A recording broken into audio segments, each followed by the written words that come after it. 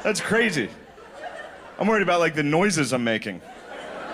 Like I just sound like a shitty ghost the whole time. Just like, it's almost done.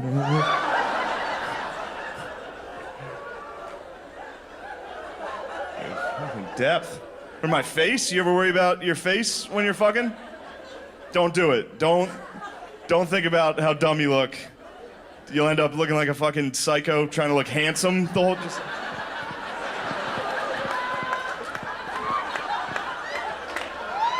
It's not good. It's worse for me if I let it go. Like if I just let my face go during sex. Like I look like Brandon Dassey from Making a Murderer the whole just. The girl's down there, she's like, "Did you do it?" I'm like, "I don't know." Yeah.